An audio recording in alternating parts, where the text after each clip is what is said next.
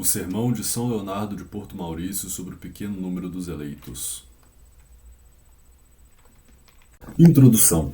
São Leonardo de Porto Maurício foi um dos grandes pregadores de missões populares. Seus 44 anos de ministério apostólico se passaram a percorrer incansavelmente a Itália. Em Roma mesmo, sobre Navona, São Leonardo pregou uma missão na qual o Bento XIV assistiu. Sua pregação foi extremamente eficaz. Meus sermões são a base não de belas palavras, mas de belas verdades. Eu me servirei de palavras simples, familiares, para ser entendido dos mais rupestres e dos mais ignorantes, sem, no entanto, cansar os mais inteligentes. Seu infatigável companheiro, o Frei Jacques de Florência, aconselhou-o um dia de mudar seus temas de sermão, pois, dizia ele, fazendo sempre os mesmos sermões, não obtemos a mesma quantidade de fruto do que se nós variarmos. O santo lhe respondeu por esse argumento decisivo: fazei-o, e tu serás um pequeno doutor presunçoso que procura a glória do mundo e não a de Deus. Assim raciocinam os santos. Com 2 ou 3 companheiros, a pé, sem sapatos, cajado na mão, São Leonardo, nos diz o padre Gemelli, El Franciscanismo, VI, volume 6, percorria toda a Itália Central, quase toda a Itália do Norte e o meio até Nápoles. Em todo lugar que ele parava, provocava um concurso extraordinário do povo. Desde os primeiros sermões, a igreja se achava muito pequena para a multidão que acorria. Basta citar que durante suas pregações em praças públicas, ela se enchiam de tal forma que haviam ouvintes até nos telhados. Uma vez terminado o sermão, os confessionários eram ocupados, e o missionário, sem apresentar cansaço, confessava horas após horas, de dia e de noite, com a coragem do soldado que recusa abandonar o campo de batalha até que ele tenha obtido uma completa vitória. Sem esquecer que, após a batalha, falta-lhe ainda perseguir o inimigo. Contra o inferno, dizia ele, tenhais a espada na mão, estejam prontos a combater o inferno até vosso último suspiro. O Papa Bento XIV o chamou de o grande caçador do paraíso. Figura apostólica, célebre e muito popular, São Leonardo é o patrono das missões populares. Qual é a razão desse patronado? É o fato de que ele cumpria perfeitamente aquilo que o Código de Direito Canônico, no Cânon 1347, demanda. A pregação sacra deverá expor, antes de tudo, o que os fiéis devem crer e praticar para se salvarem. Os pregadores da palavra divina devem se abster de tratar dos afazeres profanos, dos sujeitos abstratos que ultrapassam a capacidade ordinária dos ouvintes. Eles devem exercer seu ministério evangélico, não por razões persuasivas de uma eloquência humana, nem por parecer profano ou a sedução de uma vã e ambiciosa eloquência, mas mostrando-se em sua pregação pleno o Espírito e a virtude de Deus, não se pregando eles mesmos, mas o Cristo crucificado. Um dos mais célebres sermões de São Leonardo de Porto Maurício foi aquele do pequeno número dos eleitos. É a esse sermão que é atribuída a conversão de grandes pecadores. Nesse sermão, que foi submetido a exame canônico com seus outros escritos, no curso do processo de canonização, ele passa em revista os diferentes estados de vida dos cristãos e conclui o pequeno número relativo daqueles que se salvam, feito em comparação com a totalidade dos homens. O leitor meditará, ele mesmo, sobre esse texto notável e, fazendo talvez abstração de algumas expressões que podem parecer pitorescas à mentalidade moderna, ele apreenderá a solidez da argumentação que a fez merecer a aprovação da Igreja. Aqui está o sermão vibrante e comovedor do grande missionário. Sermão para terça-feira após o 4º domingo da Quaresma sobre o pequeno número dos eleitos, extraído do livro Sermões do Bem-aventurado Leonardo de Porto Maurício. 1. Aquilo que encheu de terror os maiores santos. Graças a Deus, o número de discípulos do Redentor não é tão pequeno que de tal forma que a maldade dos escribas e dos fariseus venha a triunfar. Embora eles se esforcem em caluniar o inocente e de derrubar a multidão por seus pérfidos sofismas, desacreditando a doutrina e o caráter de Nosso Senhor, achando manchas até no sol, muitos reconheceram nele o seu verdadeiro Messias, e sem receio das punições e nem das ameaças, abraçaram abertamente seu partido, malgrado as imposturas de seus inimigos, de turba altem multicrediderunt in eum, mas todos aqueles que seguiram Cristo, o seguiram até na sua glória. É aqui que, venerando esse profundo mistério, eu adoro em silêncio os abismos dos decretos divinos, antes que decidir com temeridade um tão grande ponto. É um grave tema aquele de que devo tratar hoje. Ele fez tremer mesmo as colunas da igreja, encheu de terror os maiores santos e a população dos anacoretas dos desertos. Essa instrução, na qual se trata de decidir se o número dos cristãos que se salvam é maior ou menor que o número de cristãos que se perdem, vos inspirará, eu espero, um receio salutar dos julgamentos de Deus. Aquele que se perde por sua própria malícia. Meus irmãos, eu queria, por causa do amor que eu vos tenho, poder vos assegurar por prognósticos de uma felicidade eterna, dizendo a cada um de vós, o paraíso vos está assegurado. A maior grande parte dos cristãos se salvam, então vocês irão se salvar também. Mas como poderia eu vos dar essa doce segurança, se inimigos de vós mesmos, vós vos revoltais contra os decretos de Deus? Eu percebo em Deus um sincero desejo de vos salvar, mas eu vejo em vós uma inclinação decidida a se perderem. Que farei eu, pois, hoje, se eu falo claramente? Eu vos desagradarei, mas se eu não falar, eu desagradarei a Deus. Eu partirei então esse tema em 2 pontos. No primeiro, para vos aterrorizar, deixarei os teólogos e os padres da igreja decidirem a questão e pronunciar que a maior parte dos cristãos adultos se danam. E adorando em silêncio esse terrível mistério, eu deixarei escondido meu próprio sentimento. No segundo ponto, tentarei vingar contra os ímpios a bondade de Deus, provando-vos que aqueles que se perdem por sua própria malícia, porque eles quiseram se condenar. Aqui estão, pois, 2 verdades muito importantes. Se a primeira vos assusta, não tomeis de mim, como se eu quisesse estreitar o caminho do céu, pois eu quero ser neutro nessa questão. Tomeis disso vós antes dos teólogos e dos padres da igreja, que por força de razões vos imprimirão essa verdade no coração. Se vocês estão corrigidos pela segunda, rendei graças a Deus que não quer alguma coisa a não ser que vós lhe deis inteiramente vossos corações. Enfim, se vós me forceis a dizer claramente o que eu penso, eu o farei para a vossa consolação. Isso não é uma curiosidade, mas uma pregação. Isso não é uma vã curiosidade, mas uma pregação salutar, fazendo soar do alto do púlpito certas verdades que servem maravilhosamente para reprimir a insolência dos libertinos, as quais, falando sempre da misericórdia de Deus e da facilidade de se converter, vivem mergulhados em toda sorte de pecados e dormem com segurança no caminho da perdição. Para os desiludir e os acordar de seu torpor, examinemos hoje essa grande questão. O número de cristãos que se salvam é maior que aquele de cristãos que se perde? Almas piedosas, retirai-vos. Este sermão não é para vós. Ele tem unicamente por objetivo reprimir o orgulho desses libertinos, que, matando em seus corações o santo amor de Deus, se ligam ao demônio, o qual, no sentimento de Eusébio, perde as almas tranquilizando-as. Imitite securitate nut imitate perditionem. Para resolver essa dúvida, colocai de um lado os padres da igreja, tanto gregos como latinos, e de outro os teólogos mais sábios, os historiadores mais eruditos, e ponham no meio a Bíblia exposta ao olhar de todos. Escutai, pois, não o que eu vou dizer-vos, pois eu vos declarei que não queria tomar eu mesmo a palavra, nem decidir a questão, mas sim o que vos dirão esses grandes espíritos que servem como de faróis na igreja de Deus, para esclarecer os outros a fim de que eles não percam o caminho do céu. Dessa forma, guiados pela tripla luz da fé, da autoridade e da razão, nós poderemos resolver seguramente essa grave questão. Observai bem que não se trata aqui de todo o gênero humano, nem de todos os católicos sem distinção, mas somente dos católicos adultos que, tendo livre-arbítrio, podem cooperar na grande obra de sua salvação. Consultemos em primeiro lugar os teólogos, nos quais reconhecemos que examinaram as coisas de mais perto e não exageraram em seus ensinamentos. Escutemos 2 sábios cardeais, Caetano e Bellarmino. Eles ensinam que a maior parte dos cristãos adultos se perde, e se eu tivesse o tempo de vos expor as razões sobre as quais eles se apoiam, vocês delas estariam convencendo a vós mesmos.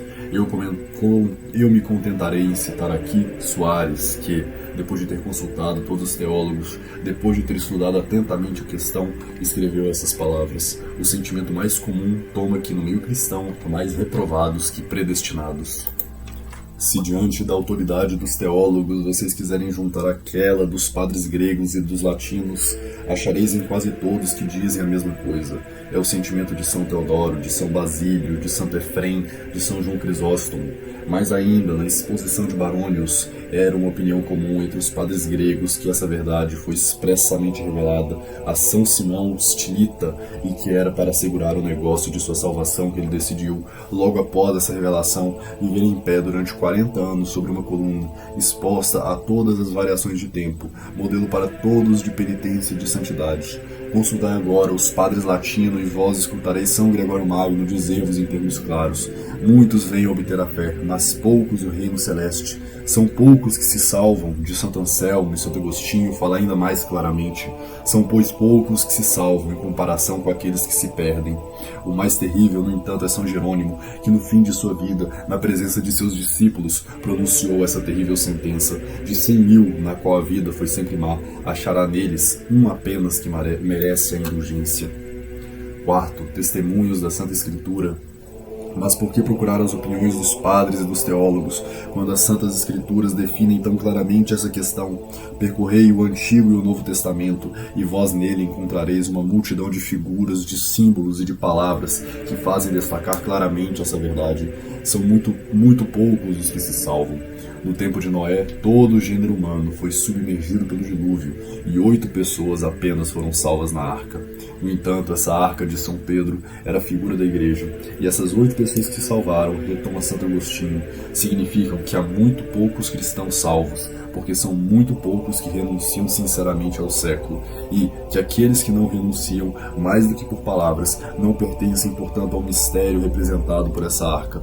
A Bíblia nos diz ainda que 2 hebreus, somente sobre 2 milhões, entraram na Terra Prometida depois da saída do Egito. 4 pessoas escaparam do incêndio de Sodoma e das outras vilas infames que pereceram com ela. Tudo isso significa que o número de reprovados que devem ser jogados ao fogo como palha superam e muito o número dos eleitos que o Pai Celeste deve recolher um dia como um precioso trigo no seu celeiro. Eu não terminaria, portanto, se começasse a falar aqui todas as figuras pelas quais os livros santos confirmam essa verdade. Contemo-nos de escutar o oráculo vivo da sabedoria encarnada, que respondeu Nosso Senhor aos curiosos do Evangelho que lhe perguntaram: Senhor, serão poucos que se salvarão? Guardou ele o silêncio? Respondeu ele hesitando? Dissimulou ele seu pensamento com receio de aterrorizar as multidões? Não, interrogado por um só, ele se endereçou a todos aqueles que estavam presentes. Você me pergunta, disse-lhes ele, se são poucos os que se salvam. Aqui está a minha resposta: esforçai-vos em entrar pela porta estreita, pois muitos, eu vos digo, procurarão entrar nela e não poderão. Quem fala aqui é o Filho de Deus, a verdade eterna, que diz mais claramente ainda em uma outra ocasião: muitos são chamados, mas poucos são eleitos.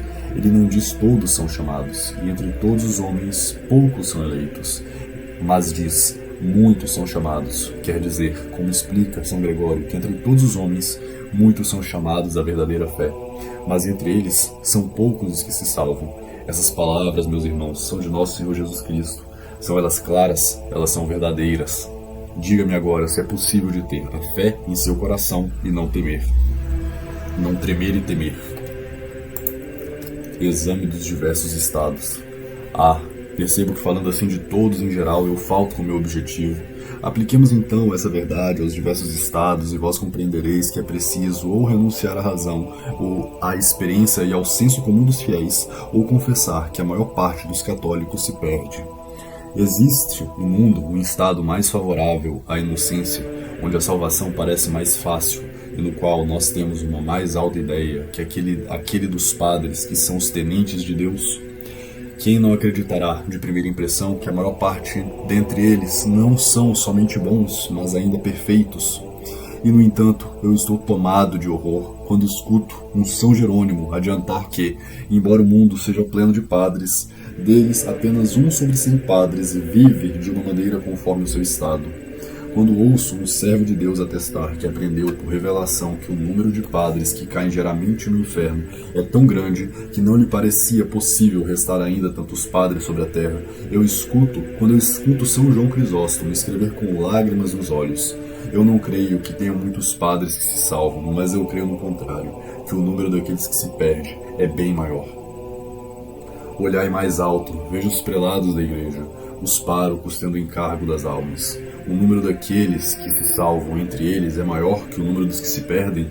Escutai Tomás de Cantimpré, ele vos recordará um fato. Isto será encarregado a vós de dele tirar as consequências. Teve um sínodo em Paris. Um grande número de prelados e de párocos encarregados de almas ali se achavam. O rei e os príncipes vieram ainda acrescentar, por sua presença, a centelha dessa assembleia.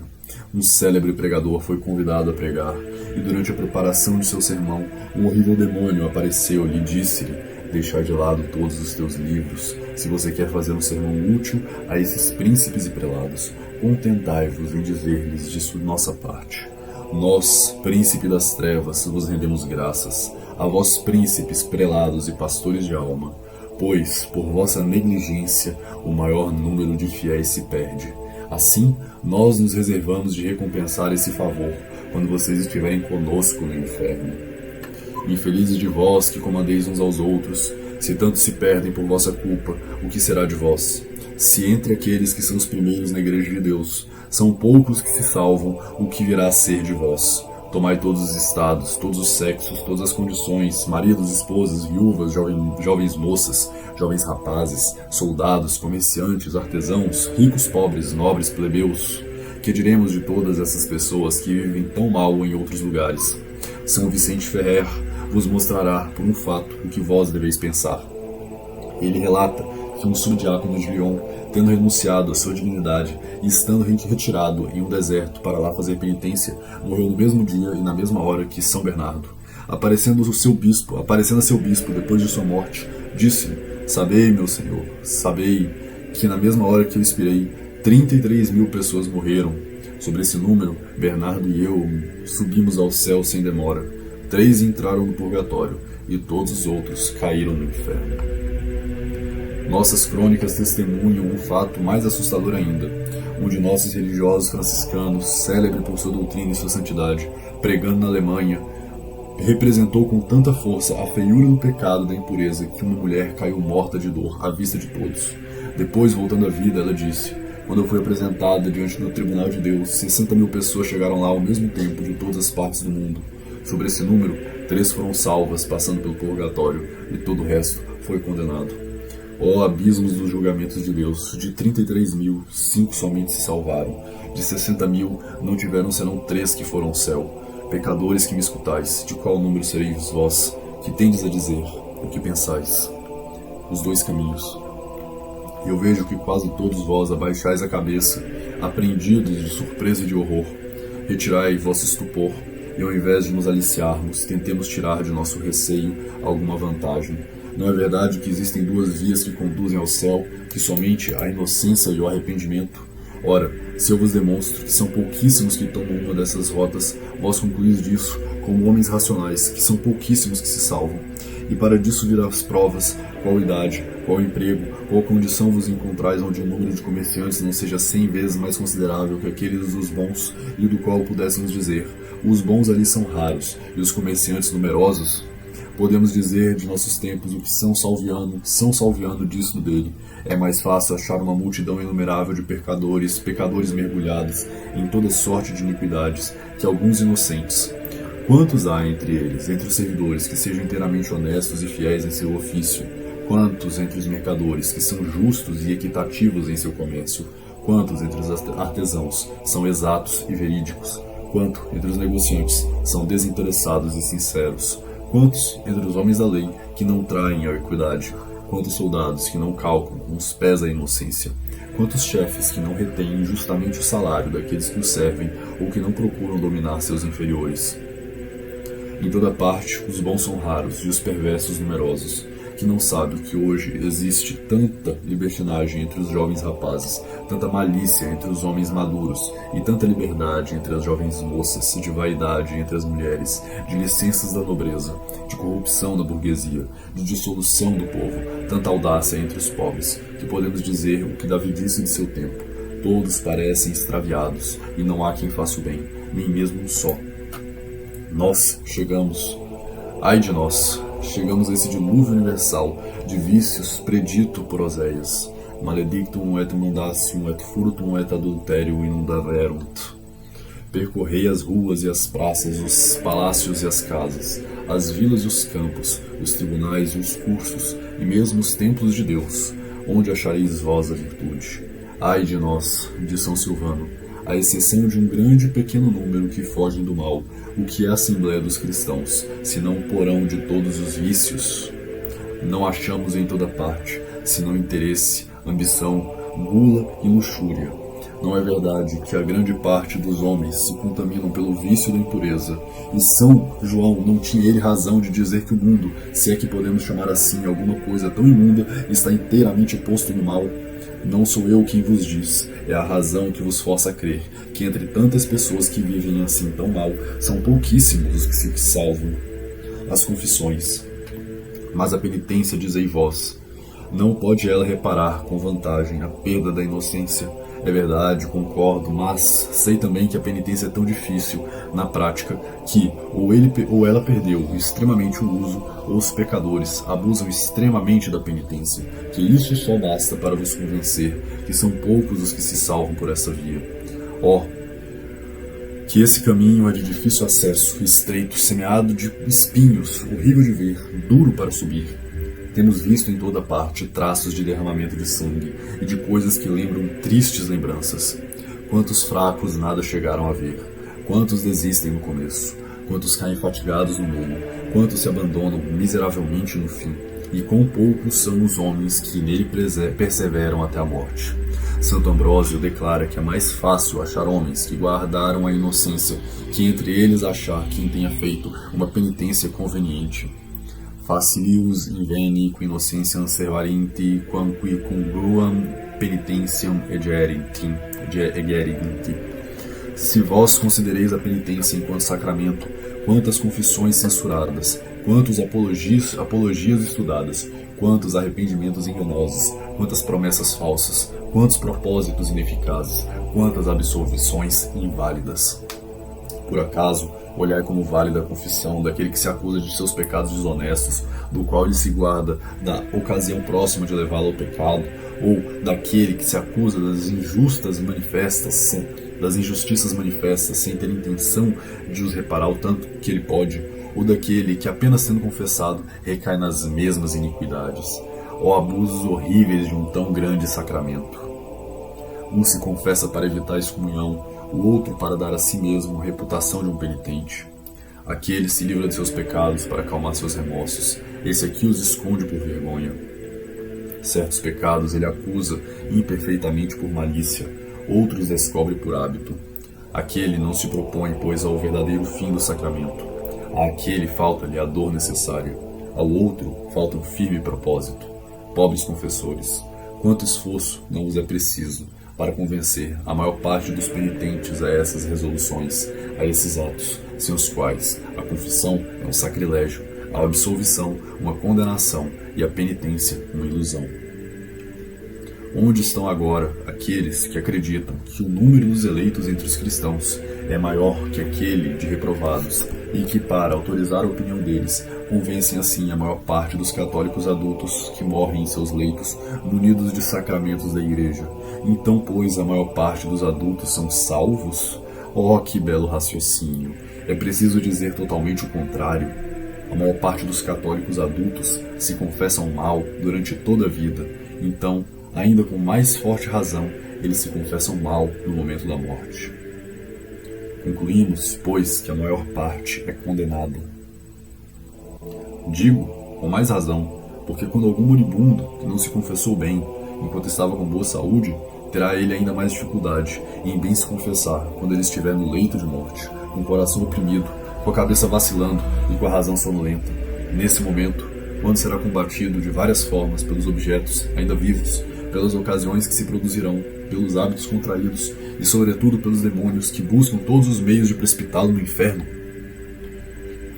No entanto, se a todos esses falsos penitentes vós acrescentardes tantos outros pecadores que morrem de improviso no pecado, ou pela ignorância dos médicos, ou pela falta dos pais, que morrem envenenados ou enterrados em um terremoto, ou atacados de um acidente vascular cerebral, ou em uma queda, ou em um campo de batalha, em uma rixa, os pegos em uma armadilha, os atacados por um relâmpago, os queimados, os afogados. Não é forçoso concluir que a maior parte dos cristãos adultos são condenados?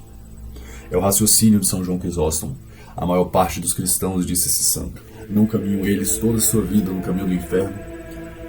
Por quê? Pois vos surpreendeis de que a grande parte deles vá para o inferno. Para chegar à porta, é preciso pegar o caminho que ela nos leva. Que tendes vós para responder assim a um tão forte argumento? Umas areias do mar, umas estrelas do firmamento. A resposta, vós me direis, é que a misericórdia de Deus é grande. Sim, mas para aquele que o teme, misericórdia Domini super timentes eum, diz o profeta. Mas sua justiça é grande para aquele que não teme. E ele reprova todos os pecadores teimosos. Discedit a mi omnes operari iniquitatis. Mas então vós me direis, para quem é então o paraíso, se ele não é para todos os cristãos? Ele é para os cristãos, sem dúvida, mas para aqueles que não desonram esse seu caráter e que vivem como cristãos. E além disso, se ao número de cristãos adultos que morrem na graça de Deus, vós acrescentardes aquela multidão inumerável de crianças que morrem depois do batismo, antes de terem chegado à luz da razão, vós não vos surpreendereis mais do que o apóstolo São João disse falando dos eleitos. Eu vi uma grande multidão que ninguém poderia contar. E é aí que erram aqueles que pretendem que o número dos eleitos entre os católicos é maior que o de reprovados. É certo que, se vós tomardes todos os católicos juntos, a maior parte se salva, porque, após as observações que foram feitas, a metade das crianças sobre as que morrem depois do batismo, morrem antes do uso da razão. No entanto, se a esse número vós ajuntardes os adultos que conservaram o vestido da inocência ou que, após ter contaminado, lavaram-se nas lágrimas da penitência, é certo que a maior parte está salva. E é isso que se explica, é isso que explica essas palavras do apóstolo São João. Eu vi uma grande multidão, e outras de nosso Senhor. Muitos virão do Oriente e do Ocidente, e se repousarão com Abraão, Isaque e Jacó no reino dos céus. E essas outras figuras que temos costume de citar em favor dessa opinião. Mas se falamos dos cristãos adultos, a experiência, a razão, a autoridade, a conveniência e as escrituras se concordam em provar que a maior parte se condena. Não acrediteis por isso que o paraíso seja deserto. É antes, ao contrário, é um reino muito populoso. E se os reprovados são também tão numerosos quanto as areias do mar, os eleitos o são o tanto quanto as estrelas do firmamento. Quer dizer então que tanto uns como os outros são inumeráveis, embora em proporções muito diferentes. São João Crisóstomo, pregando um dia na Catedral de Constantinopla e considerando essa proporção, não pôde conter-se de tremer de horror. Quantos, diz ele, entre esse povo tão numeroso, acrediteis vós que haverão de eleitos? E sem esperar a resposta, acrescentou, entre tantos milhares de pessoas, não achará 100 que se salvem, e entre esses 100 eu ainda tenho dúvida. Que coisa terrível! O grande santo acreditava que em um povo tão numeroso teria apenas 100 que deveriam se salvar. E ainda não estava ele certo desse número. Que acontecerá de vós que me escuteis? Ó Deus grande, não posso nisso pensar sem tremer. É uma coisa bem difícil, meus irmãos, o negócio da salvação, pois, segundo a máxima dos teólogos, quando um fim exige grandes esforços, pouco somente o atinge. Deficit in pluribus contingit in paucioribus. É por isso que o doutor angélico Santo Tomás, depois de ter, com sua imensa erudição, pesado todas as razões pró e contra, conclui, no fim, que a maior parte dos católicos adultos se perde. A beatitude eterna excede o estado comum da natureza, sobretudo desde que ela está privada da graça original, e por isso é pequeno o número dos que se salvam. Deus, Pai justo, tirai, pois, dos vossos olhos essa venda, na qual vos cega o amor próprio, e que vos impede de crer em uma verdade assim tão evidente, dando-vos as ideias mais falsas sobre a justiça de Deus. Pai justo, o mundo não vos conheceu, portanto, diz nosso Senhor Jesus Cristo. Ele não diz Pai Todo-Poderoso, Pai Bondosíssimo, Misericordioso, ele diz Pai Justo, para nos fazer entender que de todos os atributos de Deus, nenhum é tão pouco conhecido como sua justiça, porque os homens recusam crer no que eles têm receio de experimentar. Tirai, pois, o véu que vos cobre os olhos, e diga com lágrimas, ai de mim, A maior parte dos católicos, a maior parte dos habitantes desse lugar, e talvez mesmo desse auditório, será condenada. Qual tema merece mais vossas lágrimas? O rei Xerxes, vendo do alto de uma colina seu exército composto de 100.000 soldados dispostos em ordem de batalha, e considerando que de tudo isso não haveria um só homem vivo em 100 anos, não pôde conter suas lágrimas. Não temos nós muito mais razão de chorar, pensando que de tantos católicos a maior parte será condenada? Esse pensamento, ele não deveria tirar de nossos olhos córregos de lágrimas, ou ao menos excitar em nossos corações o sentimento de compaixão que provou certa vez o venerável Marcelo de São Domingos, religioso agostiniano. Como ele meditava um dia sobre as penas eternas, o Senhor mostrou-lhe quantas almas iam naquele momento ao inferno e fez-lhe ver um caminho muito largo onde 22.000 reprovados corriam em direção ao abismo, batendo-se uns nos outros. A essa vista, o servo de Deus estupefato exclamava: "Ó, que número, que número!" E ainda vem outros: "Ó Jesus, que loucura, Jesus!" Deixai-me, pois, repetir com Jeremias: "Quem dará água à minha cabeça e uma fonte de lágrimas aos meus olhos? E eu chorarei aqueles que a filha de meu povo perdeu." Pobres almas, como correis vós assim tão ansiosos para o inferno? Parem, por favor, e escutem-me um instante. Ou vós compreendeis isso que eu quero dizer e se salvar? Ou bem, vós não compreendeis e se perder por toda a eternidade. Ou vós compreendeis isso que eu quero dizer e se salvar, ou, bem, vós não compreendeis e se perderão por toda a eternidade.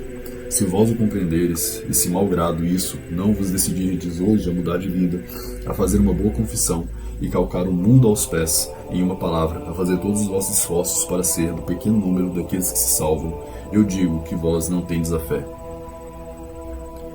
Se vós o compreenderes, e se malgrado isso, vós não vos decidirdes hoje a mudar de vida, a fazer uma boa confissão, a calcar o mundo aos pés, em uma palavra, a fazer todos os vossos esforços para ser do pequeno número daqueles que se salvam, eu digo que vós não tendes a fé. Se vós não compreendeis, vós sois mais desculpáveis, pois é preciso dizer que você perdeu o sentido, se salvar durante toda a eternidade, se perder, danar por toda a eternidade. E não fazer todos os seus esforços para evitar um e assegurar o outro é uma coisa que não se pode conceber. Talvez não acreditei ainda as verdades terríveis que eu tenho para vos ensinar, mas esses são os teólogos mais consideráveis, os padres mais ilustres que vos falou pela minha boca. Como podeis vós, pois, resistir a essas razões fortificadas por tantos exemplos, por tantas palavras da Escritura? Se malgrado isso, vós hesiteis ainda, e se vosso espírito pende para a opinião oposta, essa só consideração não é suficiente para vos fazer tremer? Ah, vós fazeis ver por isso que vós haveis pouca preocupação com a vossa salvação. Nesse negócio importante, um homem de bom senso é mais atacado pela ignorância do perigo que ele corre, pela evidência de uma ruína completa em seus negócios, onde a alma não é, pois, interessada. Também um de nossos religiosos, o bem-aventurado Gile, tinha o costume de dizer que, se um só homem o devia se condenar, ele teria feito todo o possível para assegurar que não seria ele. Que devemos nós, pois, fazer, nós que sabemos que não somente entre todos os homens, mas ainda entre os católicos, a maior parte será condenada? O que devemos nós fazer? Tomar a resolução de pertencer ao pequeno número daqueles que se salvam. Se o Cristo, dizeis vós, queria me condenar, porque ele me colocou no mundo, calha a boca, língua temerária. Deus não criou ninguém, nem mesmo os turcos, para os condenar. Mas quem quer que se condena porque ele bem quis. Eu quero, pois, empreender agora a defesa da bondade de meu Deus e de a vingar de toda blasfêmia. Esse será o tema do segundo ponto. Antes de ir mais longe, recolhi de um lado todos os livros e todas as heresias de Lutero e de Calvino, e do outro os livros das heresias dos pelagianos, dos semipelagianos, e colocai no fogo. Uns destroem a graça, outros a liberdade, e todos são cheios de erro. Jogai-os, pois, ao fogo. Todos os reprovados trazem gravados em suas frontes o oráculo do profeta Oséias. Tua perda vem de ti, a fim de que eles possam compreender que quem quer que se condena por sua própria malícia e porque ele quer se condenar. Peguemos em primeiro lugar por base essas duas verdades incontestáveis. Deus quer que todos os homens se salvem. Todos têm necessidade da graça de Deus. No entanto, se eu vos demonstro que Deus tem a vontade de salvar todos os homens, e que por isso Ele lhes dá, a todos, sua graça, com todos os outros meios necessários para obter esse sublime fim, vós sereis forçados a concordar que quem quer que se condene deve a responsabilidade à sua própria malícia, e que, se o maior número de cristãos são reprovados, é porque eles querem. Tua perda vem de ti, em mim está somente o seu seguro. Que Deus tenha verdadeiramente vontade de salvar todos os homens. Ele nos declara em 100 lugares dos livros santos: eu não quero a morte do pecador, mas antes que ele se converta e que ele viva. Eu vivo, diz o Senhor, eu não quero a morte do ímpio. Convertei-vos e vivei. Quando alguém deseja muito uma coisa, dizemos que ele morre de desejo. É uma hipérbole. Mas Deus quis e quer ainda tão fortemente a nossa salvação que Ele, por ela, morreu de desejo. E Ele sofreu a morte para nos dar a vida. Et propter nostrum salutem mortuus est. Essa vontade de salvar todos os homens não é, pois, em Deus uma vontade afetada, superficial e aparente. É uma vontade verdadeira, efetiva e benfeitora, pois Ele nos fornece todos os meios perfeitos para nos salvar. Ele nos dá, não para que eles não tenham então seu efeito, ou porque Ele quer que eles não tenham, mas Ele nos dá com uma vontade sincera, com a intenção de que elas obtenham seus efeitos, e se eles não obtêm, Ele se mostra aflito e ofendido. Ele ordena aos reprovados a que eles mesmos empreguem a obra de sua salvação. Ele, para isso, os exorta, para isso os obriga, e se eles não fazem, eles pecam. Eles podem, pois, o fazer e assim se salvarem. Bem mais, Deus, vendo que, sem sua ajuda, nós não poderíamos mesmo nos servir de sua graça, nos dá outros socorros. E se eles ficam algumas vezes ineficazes, a culpa disso é nossa. Porque com esses mesmos socorros, in actu primo, como dizem os teólogos, com esses mesmos socorros no qual um o abusa e com os quais ele se condena, um outro pode fazer o bem e se salvar. Ele o poderia mesmo com socorros menos poderosos. Sim, pode acontecer que um abuso de uma graça maior se perca, enquanto outro que coopera com uma graça menor se salve. Se, pois, alguém que se afasta da justiça e santidade exclama Santo Agostinho, ele é arrebatado por seu livre-arbítrio, incitado por sua concupiscência, enganado por sua própria persuasão. Mas para aqueles que não escutam a teologia, aqui está o que eu tenho a dizer-lhes. Deus é tão bom que, quando ele vê um pecador correndo para sua perdição, ele corre atrás dele, chama-o, suplica-lhe e o acompanha até as portas do inferno. E o que não faz ele, então, para o converter? Ele envia-lhe boas inspirações, santos pensamentos, e se ele não aproveita, ele se zanga, se indigna e o persegue. Vai ele ferir-lhe? Não. Ele deixa isso de lado e o perdoa. Mas o pecador não se converte ainda. Deus envia-lhe uma doença mortal. Tudo está acabado para ele, sem dúvida. Não, meus irmãos, Deus o cura. O pecado se obstina no mal. Deus procura na sua misericórdia algum novo meio. Ele lhe dá ainda um ano e o ano acaba, e aceita dar ainda um outro. Mas, se malgrado tudo isso o pecador quer se lançar no inferno, que faz Deus? O abandona? Não. Ele o toma pela mão. E enquanto ele tem um pé no inferno e outro fora, ele o exorta ainda e suplica-lhe a não abusar de suas graças.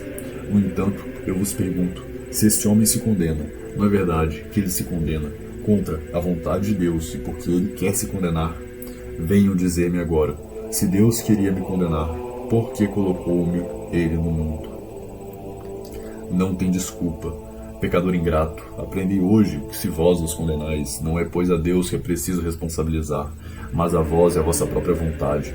Para vos convencerdes disso, desci até as portas do abismo, de lá vos farei vir alguém desses infelizes reprovados que queimam no inferno, a fim de que ele vos explique essa verdade. E aqui está um, dizei-me quem és tu, eu sou um pobre idólatra, nascido.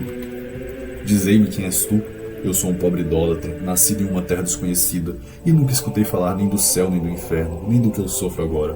Pobre infeliz, vai-te, não és tu que procuro.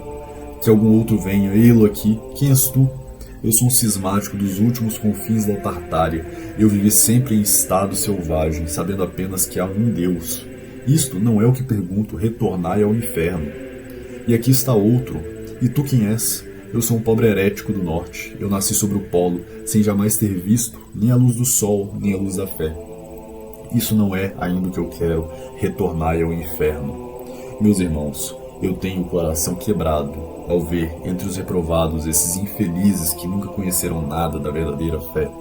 Sabei, portanto, que a sentença de condenação foi pronunciada contra eles. Nós dizemos-lhes, perditio tua ex te, eles se condenaram porque eles quiseram? E quantos foram os socorros que eles receberam de Deus para se salvar? Não os conhecemos, mas eles sabem bem, e eles gritam agora: Vós sois justos, Senhor, e vossos julgamentos são retos.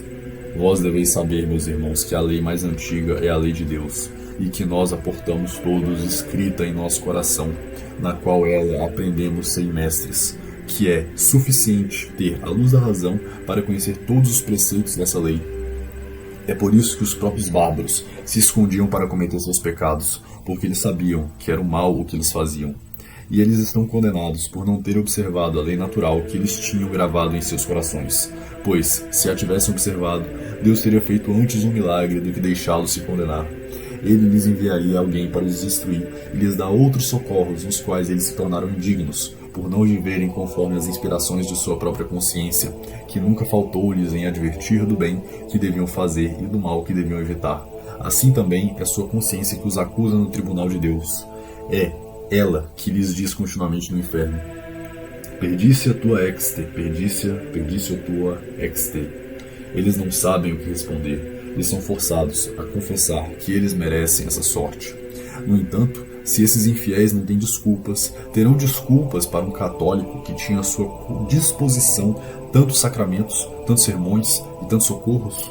Como ousa ele dizer: se Deus deveria condenar-me, porque colocou-me ele no mundo? Como ousa ele falar assim, quando Deus lhe dá tantos socorros para se salvar? Terminemos, pois, de o confundir.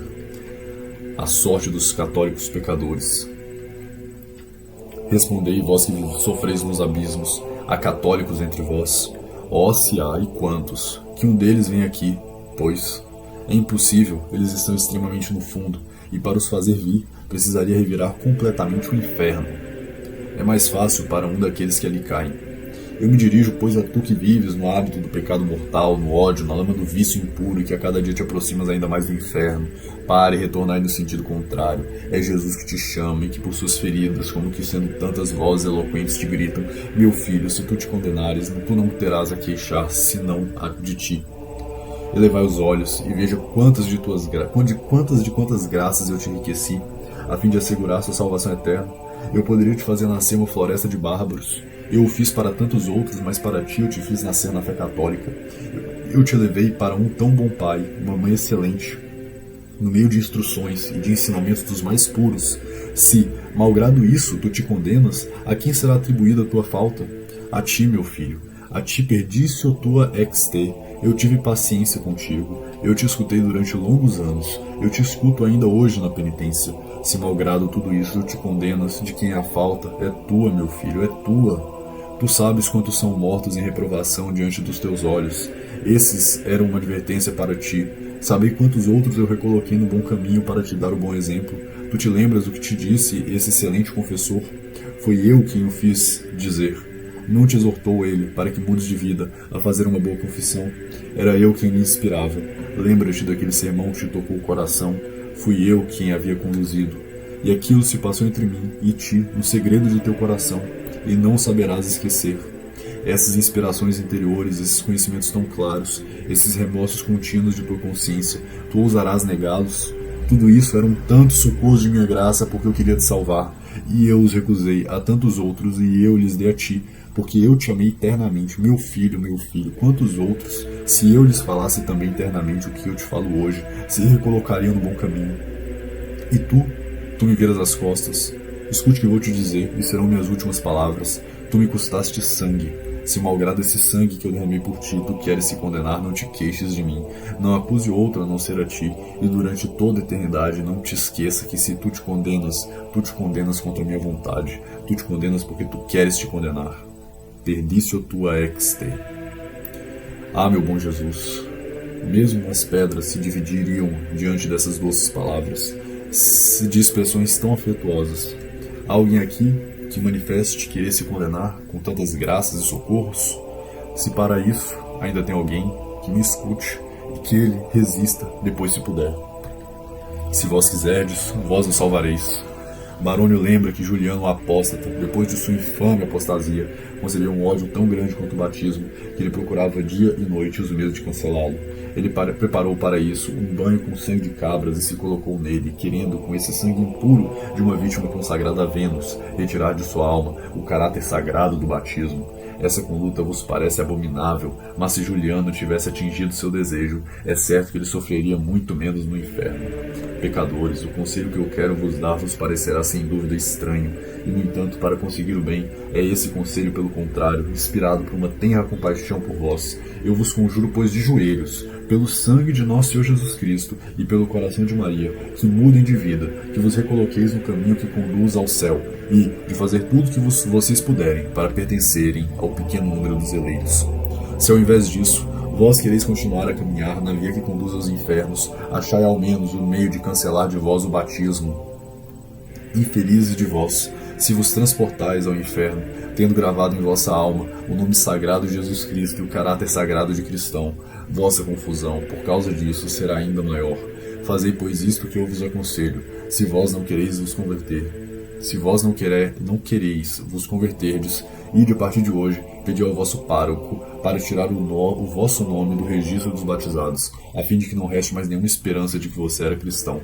Suplicai ao vosso anjo da guarda de cancelar de seu livro as graças, as inspirações e os socorros que ele vos deu por ordem de Deus, pois infelizes de vós se ele os lembrar. Dizei a nosso Senhor que ele retome para si a sua fé, o seu batismo e os seus sacramentos. Vós estáis apreendidos de horror por esse tipo de pensamento. Jogai-vos, pois, aos pés de Jesus Cristo, e dizei-lhe, com lágrimas nos olhos e com o coração contrito: Senhor, eu confesso que até aqui eu não vivi como cristão. Eu não sou digno de ser contado entre os vossos eleitos. Reconheço que mereço a condenação, mas vossa misericórdia é grande, e cheio de confiança em vossa graça, eu protesto que eu quero salvar a minha alma. Devo eu sacrificar minha fortuna, minha honra e mesmo minha vida, contanto que eu salve a minha alma.